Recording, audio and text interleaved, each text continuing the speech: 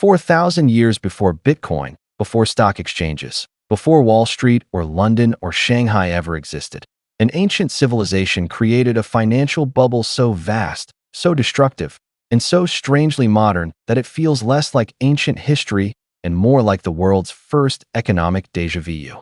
This is the story of Mesopotamia, a place often remembered as the cradle of civilization, but rarely acknowledged as the birthplace of financial speculation, credit markets, interest rates, banking systems, and yes, the very first economic crash in recorded history. Today, we travel back to a world where money was clay, interest was king, debt could enslave you, and the pursuit of profit was so intense it nearly collapsed an entire civilization. In ancient Mesopotamia, long before coins or cash existed, people used barley and silver as mediums of exchange, but the real revolution came with something far simpler: clay tablets. These tablets, carved with cuneiform writing, were used to record promises, loans, deliveries, debts, and obligations. What started as a practical solution for farming communities soon transformed into a sophisticated financial ecosystem.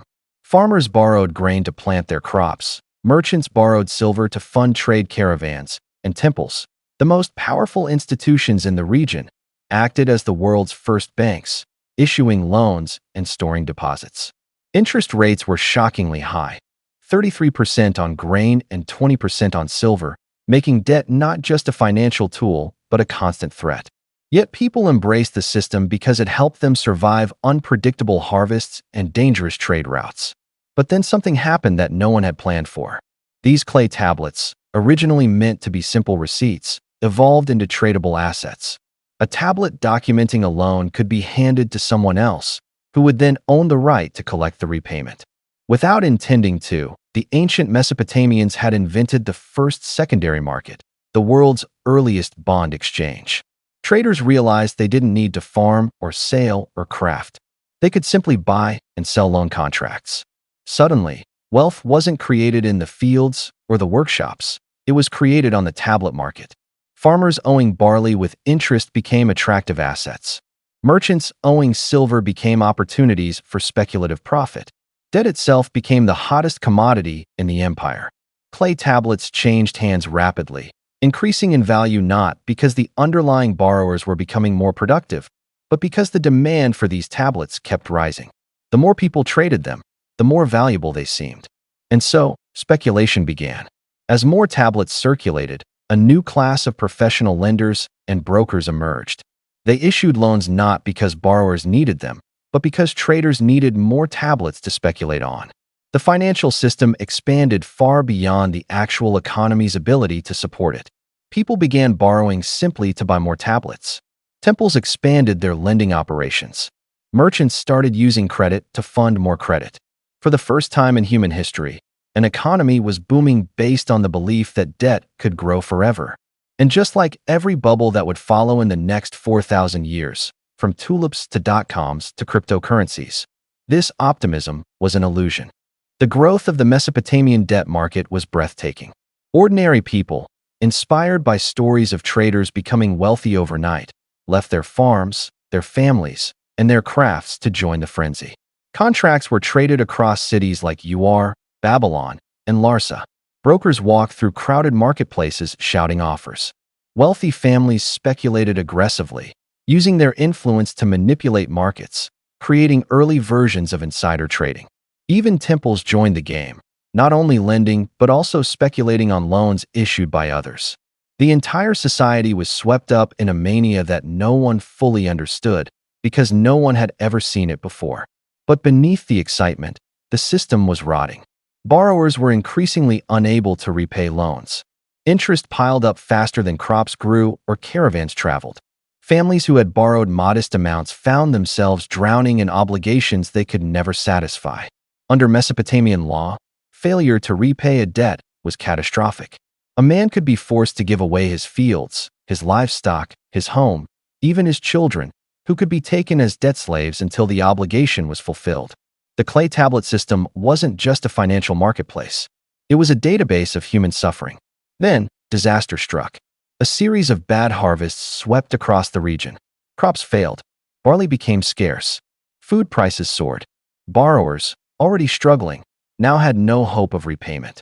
The once booming market for loan tablets froze. Those holding tablets suddenly realized that the loans were worthless, the borrowers were broken, the fields were empty, and the debt contracts they had traded so enthusiastically were little more than clay bricks. Panic spread. Traders who had borrowed to speculate were ruined. Temples saw their revenues collapse. Ordinary people faced starvation. Entire cities teetered on the edge of revolt. The crisis grew so severe that only the king himself could intervene. Hammurabi, yes, the same Hammurabi famous for his code of laws, faced a civilization on the brink of collapse. Wealth inequality was explosive. Farmers had lost their land. Families had been broken apart by debt slavery.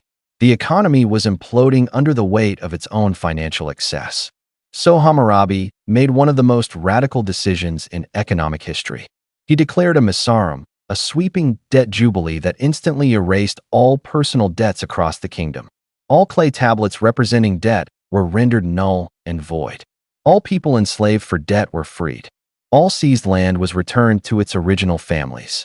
All interest payments were canceled. It was the greatest financial reset the world had ever seen. Imagine a modern leader erasing every mortgage, every credit card balance, every payday loan, every unpaid bill, every foreclosure, overnight. That is the scale of Hammurabi's decree. He didn't do it because he was generous. He did it because the alternative was rebellion, collapse, and civil war.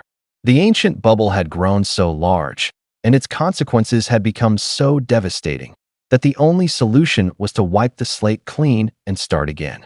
What makes this ancient crisis so astonishing is how familiar it feels. We assume financial bubbles are modern phenomena, products of capitalism, technology, or Wall Street greed. But the truth is older, deeper, and more human. The Mesopotamian credit bubble shows that speculation begins not with technology, but with psychology, with desire, with fear, with hope, with the belief that this time is different. People 4,000 years ago made the same mistakes investors make today.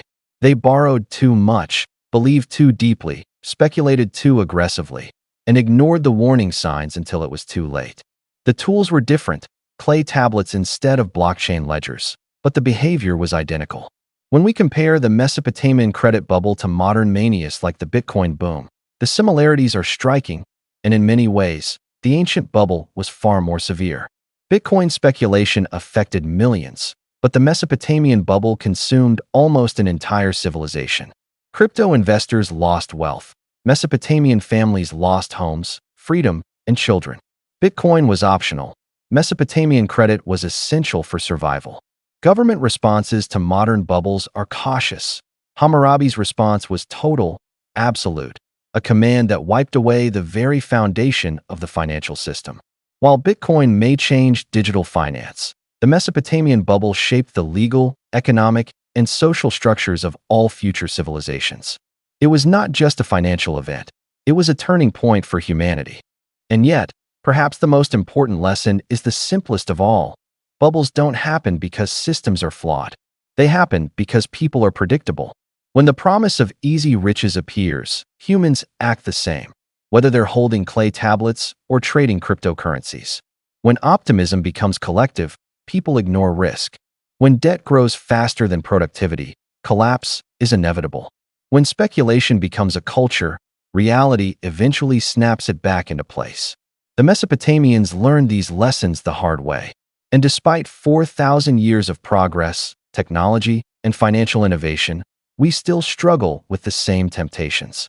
As we look back at the world's first financial bubble, we discover something profound. Our financial systems may evolve, but human nature does not. The Mesopotamian debt market was the first, but far from the last. Every bubble that came after, the Roman land crashes, the medieval credit collapses, the tulip mania, the South Sea bubble, the railway booms, the dot-com explosion, the housing crisis, the crypto surges, all follow the same arc that began thousands of years ago in the dust of ancient Ur. The tools change. The players change. The technology changes. But the cycle remains the same. And so, the story of the ancient bubble bigger than Bitcoin isn't just a story about the past. It's a mirror, a reminder, a warning, a signal that whenever we believe we've created a new, unstoppable kind of wealth. We're probably repeating something very old, something deeply human, something Mesopotamian.